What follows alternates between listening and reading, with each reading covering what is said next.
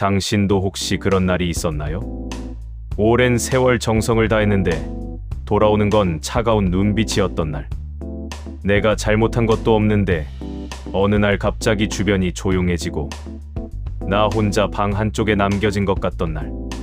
가족 모임에서 아무도 내 말에 귀 기울이지 않던 저녁.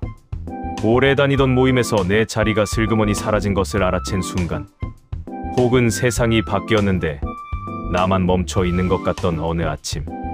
그런 날에는 마음 한쪽이 서늘해집니다. 억울하기도 하고 슬프기도 하고 무엇보다 너무 외롭습니다. 내가 뭘 그렇게 잘못했는지, 어디서부터 틀어진 건지 아무리 생각해도 알 수가 없어서 그 알 수 없음이 더 깊은 상처가 되기도 하죠. 수십 년을 한자리에서 살아왔는데 어느 날 문득 돌아보면 내가 서 있는 자리가 낯설게 느껴지는 순간이 있습니다.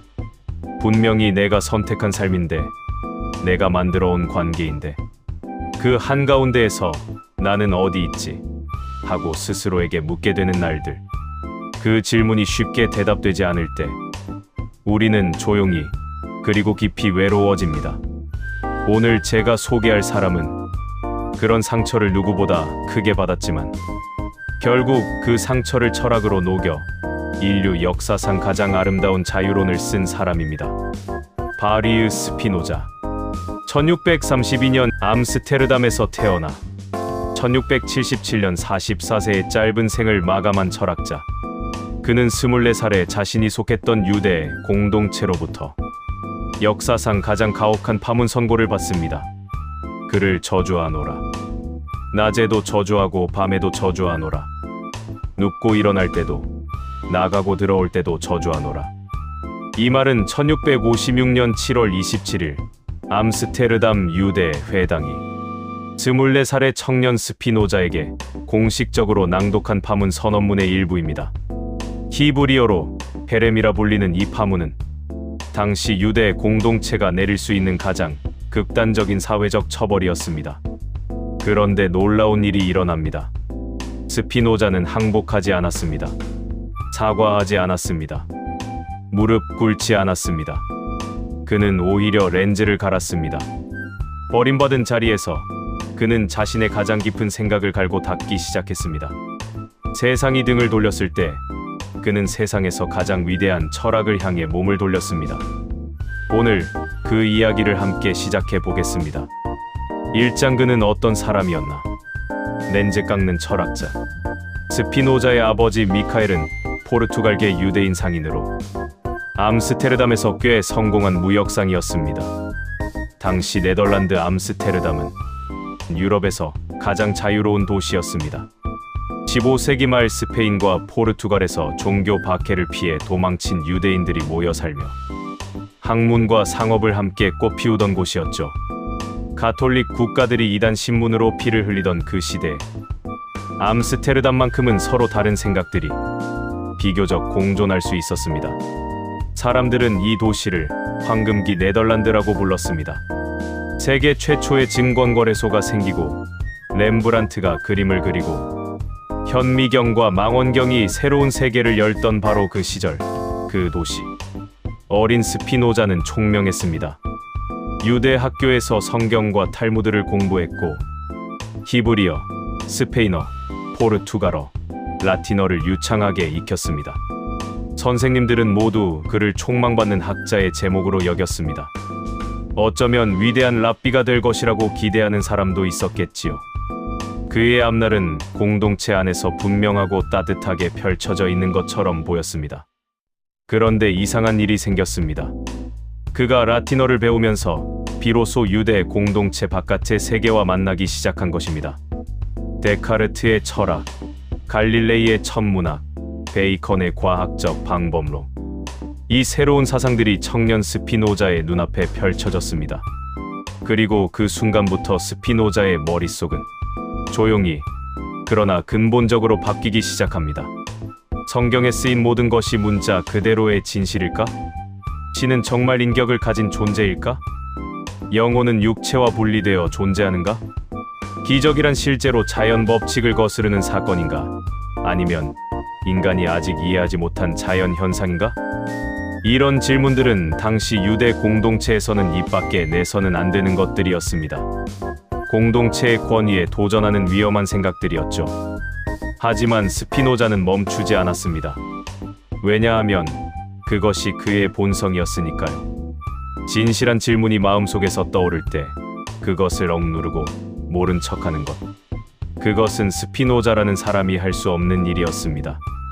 여러분, 생각해보면 우리도 그런 질문들이 있지 않으셨나요? 이렇게 살아도 되는 걸까? 내가 원한 삶이 맞나? 아직 늦지 않았을까? 하지만 우리는 그 질문을 자주 눌러버리고 살아왔습니다. 너무 바빠서, 혹은 무서워서, 혹은 누군가를 실망시킬까봐. 스피노자는 그 질문을 누르지 않았습니다. 그리고 그 선택이 그의 삶 전체를 바꾸었습니다. 나는 신이 두렵지 않다. 나는 신을 사랑하기 때문이다. 두려움으로 신을 섬기는 자는 신을 사랑하지 않는 것이다. 이 말은 훗날 스피노자가 남긴 문장입니다만 어쩌면 이미 21밖의 청년 시절부터 그의 마음속에 있던 생각이었을지도 모릅니다. 두려움이 아니라 사랑으로 신을 바라본 사람. 벌이 무서워 착하게 사는 것이 아니라 진정으로 세계를 이해하고 싶어서 철학을 택한 사람. 그것이 스피노자였습니다. 2장 추방의 날, 세상이 나를 내친 그 아침. 1654년, 스피노자의 아버지 미카엘이 세상을 떠납니다. 평생 가족을 먹여 살리던 기둥이 무너진 것이죠. 스피노자는 졸지의 가장이 되었습니다. 아버지의 사업도 이어받아야 했고 여동생의 앞날도 생각해야 했습니다. 아직 철학을 완성하기도 전에 삶의 무게가 그의 두 어깨 위로 한꺼번에 내려앉았습니다. 사실 이 무렵 스피노자의 마음속에는 공동체에 대한 의문이 이미 단단하게 자라 있었습니다. 주변 사람들도 그가 이상한 말을 한다고 수군거리기 시작했고 장로들의 눈초리도 예전 같지 않았습니다. 그는 뭔가가 다가오고 있다는 것을 직감했을지도 모릅니다. 그리고 2년 후인 1656년 아버지를 잃은 슬픔도 채가시기 전에 공동체로부터 소환장이 날아들었습니다. 회당 장로들은 그가 끔찍한 이단을 퍼뜨렸다고 비난했습니다. 구체적인 혐의가 공식 문서에 남아있지는 않습니다. 하지만 역사가들은 그가 성경의 신성한 저작권을 의심하고 신이 인격체가 아니라 자연 그 자체일 수 있다고 주장하며 영혼불멸의 의문을 품었기 때문이라고 봅니다. 파문 선고는 24살 청년에게는 사실상 사회적 사형 선고였습니다. 파문을 받은 사람과는 2m 이내에도 접근할 수 없고 대화도 나눌 수 없으며 같은 지붕 아래 머물 수도 없었습니다. 그와 거래하는 것도 그의 글을 읽는 것도 금지되었습니다. 심지어 가족조차 예외가 아니었습니다. 어머니도 이미 돌아가셨고 아버지도 없는 상황에서 그는 공동체 전체를 한꺼번에 잃었습니다. 잠깐 생각해 보세요. 태어나면서부터 속해 있던 세계가, 자신이 한 번도 의심하지 않았던 공동체가, 함께 기도하고 함께 밥을 먹던 이웃들이 하루아침에 모두 등을 돌린 것입니다. 여러분, 50년, 60년을 살면서 당신이 속했던 어떤 집단이 직장이든 모임이든 심지어 가족이든 당신을 이유도 모른 채 밀어낸 경험이 있으신가요? 그 차갑고 억울하고 외로운 감각을, 내가 무엇을 잘못했는지 물어볼 사람조차 없는 그 막막함을, 어제까지 함께였던 사람들이 오늘 갑자기 낯선 사람처럼 돌아서는 그 서늘함을. 스피노자는 그것을 24살에 겪었습니다. 아무도 곁에 없었습니다. 변호해줄 사람도, 위로해줄 사람도, 함께 밥을 먹어줄 사람도. 하지만 그는 무너지지 않았습니다. 그리고 나중에 이런 말을 남깁니다. 자유로운 인간은 죽음보다 어떤 것도 덜 생각하지 않는다. 그의 지혜는 죽음에 대한 성찰이 아니라 삶에 대한 성찰이다. 죽음처럼 무겁고 낯선 파문의 시간을 지나면서 스피노자는 오히려 삶을 더 깊이, 더 진지하게 생각하게 됩니다. 끝이라고 생각했던 그 자리에서 비로소 진짜 시작이 찾아온 것입니다. 우리도 기억해 주셨으면 합니다. 살면서 가장 힘들었던 그 순간이 사실은 가장 깊이 나 자신과 만난 순간이었다는 것을. 문이 닫혔다고 생각했을 때 창문이 열리는 경우가 얼마나 많은지. 3장 렌즈 깎는 손. 철학은 밥벌이가 아니었다. 추방당한 후 스피노자는 무엇을 했을까요? 그는 렌즈를 깎기 시작했습니다. 당시 네덜란드는 광학 기술의 최전선이었습니다. 안토니 판 레이우에녹이 현미경으로 미생물을 발견한 것도 이 시대였고, 하위언스가 망원경을 개량해 토성의 고리를 발견한 것도 이 무렵이었습니다. 렌즈 연마는 단순한 수공업이 아니라 과학의 최전선과 맞닿은 기술이었습니다. 스피노자는 이 기술을 익혀 생계를 해결했습니다. 그리 넓지 않은 작은 방, 작업대 위에 놓인 유리 조각들, 손끝에 쌓여가는 유리 가루. 그 소박한 공간에서 그는 철학을 썼습니다. 렌즈를 가는 손으로 인류의 자유에 대한 가장 정교한 사상을 함께 갈고 닦았습니다. 이 장면을 상상해보면 저는 마음이 조용해집니다. 박수 소리도 없고 청중도 없고 인정해주는 사람도 없는 작은 방, 촛불 하나가 흔들리는 그 공간에서 한 사람이 온 우주를 생각하고 있었다는 것. 어쩌면 우리도 그런 시간이 필요한지 모릅니다. 세상의 인정 없이도 내가 가장 소중하게 여기는 것을 가장 조용한 공간에서 가꾸는 시간. 누가 알아주지 않아도 내가 옳다고 믿는 것을 향해 조용히 걸어가는 시간. 그 렌즈 가루가 쌓이는 공방에서 스피노자는 에티카를 씁니다. 기하학의 형식으로 마치 수학 증명처럼 신과 인간과 감정과 자유를 서술한 철학사에서 전무후무한 그 책을. 스피노자는 당대 유명 철학자 라이프니츠와도 교류했고 영국 왕립학회 회원들과도 편지를 주고받았습니다. 그의 이름은 유럽 지식인 사회에 조용하지만 분명하게 퍼져나갔습니다. 그리고 마침내 하이델베르크 대학에서 교수직을 제안받습니다. 안정된 월급, 사회적 지위, 학자로서의 공식 인정. 파문당한 청년이 꿈에도 그릴 수 없었던 자리였습니다. 하지만 스피노자는 정중히 거절합니다. 그 이유가 이것이었습니다. 공개적인 자리는 내 철학적 탐구를 방해할 것입니다. 자리보다 생각을 택한 것입니다. 안전보다 자유를 택한 것입니다. 세상이 알아주는 나보다 내가 옳다고 믿는 나를 택한 것입니다. 명성을 좇는 사람들이 가장 비참한 삶을 산다는 것을 나는 경험으로 배웠다. 이 문장을 읽을 때마다 저는 가슴이 먹먹해집니다. 우리는 얼마나 오래, 얼마나 많이 남의 시선을 위해 살아왔는지. 칭찬받기 위해, 인정받기 위해, 비교당하지 않기 위해.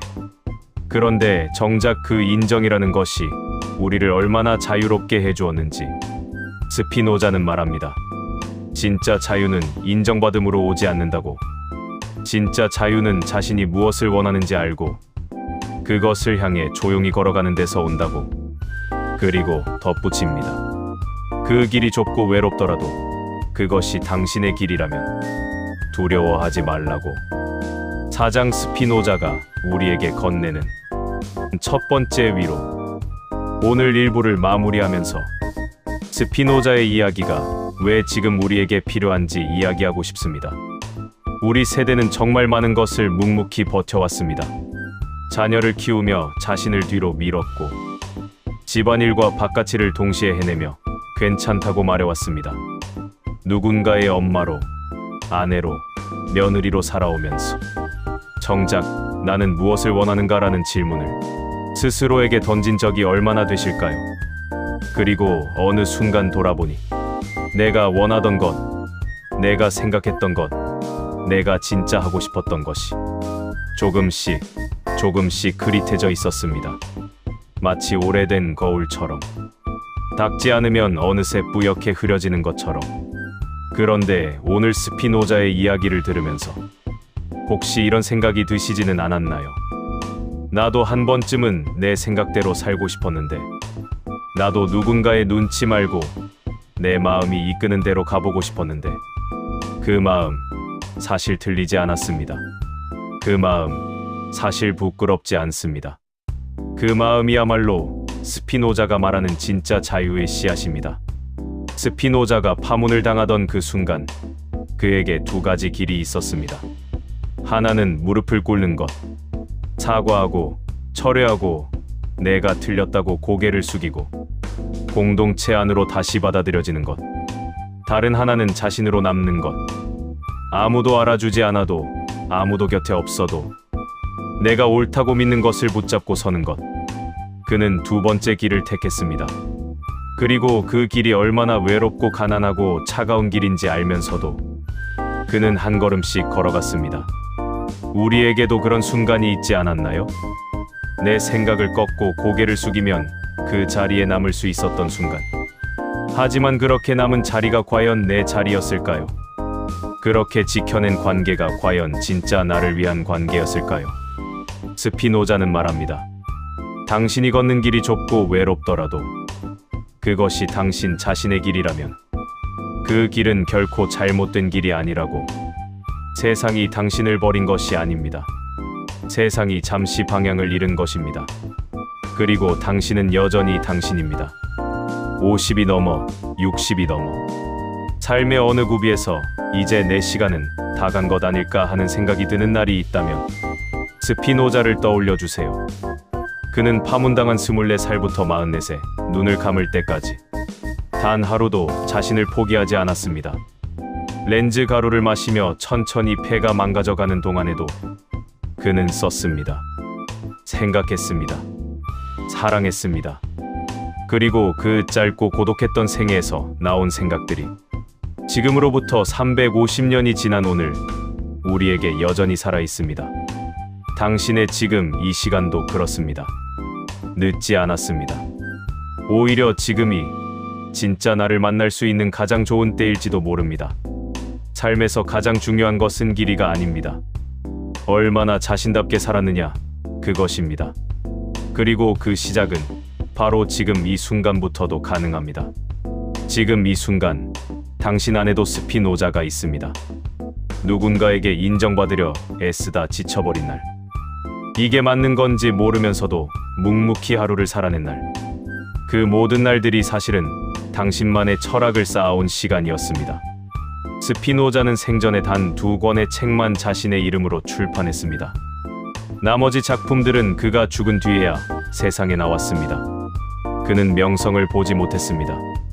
자신의 철학이 세상을 바꿨다는 것을 알지 못한 채 눈을 감았습니다. 하지만 그것이 그의 삶을 덜 값지게 만들지는 않았습니다. 오히려 지금 우리가 그를 기억하는 이유가 바로 그것입니다. 자신이 옳다고 믿는 것을 알아주는 사람이 없어도 끝까지 포기하지 않았다는 것. 그것이 진짜 위대함입니다. 그리고 그 위대함은 사실 아주 조용한 모습을 하고 있습니다. 렌즈 가루 속에서 촛불 하나 켜놓고 혼자 쓰고 있는 사람의 모습처럼.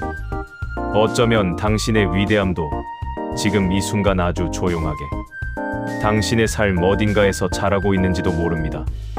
아무도 몰라도 괜찮습니다. 당신이 알고 있으면 됩니다. 그리고 당신이 계속 걸어가면 됩니다. 오늘 1부에서는 스피노자의 삶을 만났습니다. 파문당한 청년, 렌즈를 깎으며 철학을 쓴 고독한 사람, 그러나 결코 자신을 잃지 않은 사람. 다음 2부에서는 그가 쓴 가장 중요한 책, 에티카 속으로 들어갑니다. 스피노자에게 신이란 무엇이었는지, 그리고 그것이 지금 우리의 삶과 어떻게 연결되는지 함께 생각해 보겠습니다. 신은 곧 자연이다. 슈라. 이 짧은 한마디가 얼마나 혁명적인 생각인지, 그리고 그것이 왜 우리 삶을 더 따뜻하고 단단하게 만들 수 있는지 2부에서 천천히 함께 풀어가겠습니다. 사실 스피노자의 신은 우리가 생각하는 것보다 훨씬 가까이에 있습니다. 절에서도 교회에서도 아닌 바람 속에, 꽃 한 송이 속에, 당신의 숨결 속에. 그 이야기 꼭 함께 해주세요. 내가 존재한다는 것, 그것만으로도 이미 기적입니다. 그리고 당신도 그렇습니다. 오늘도 끝까지 함께 해주셔서 진심으로 감사합니다. 구독과 좋아요는 이 채널이 더 많은 분들께 닿을 수 있도록 도와주는 가장 따뜻한 응원입니다. 다음 주에 2부에서 다시 만나겠습니다.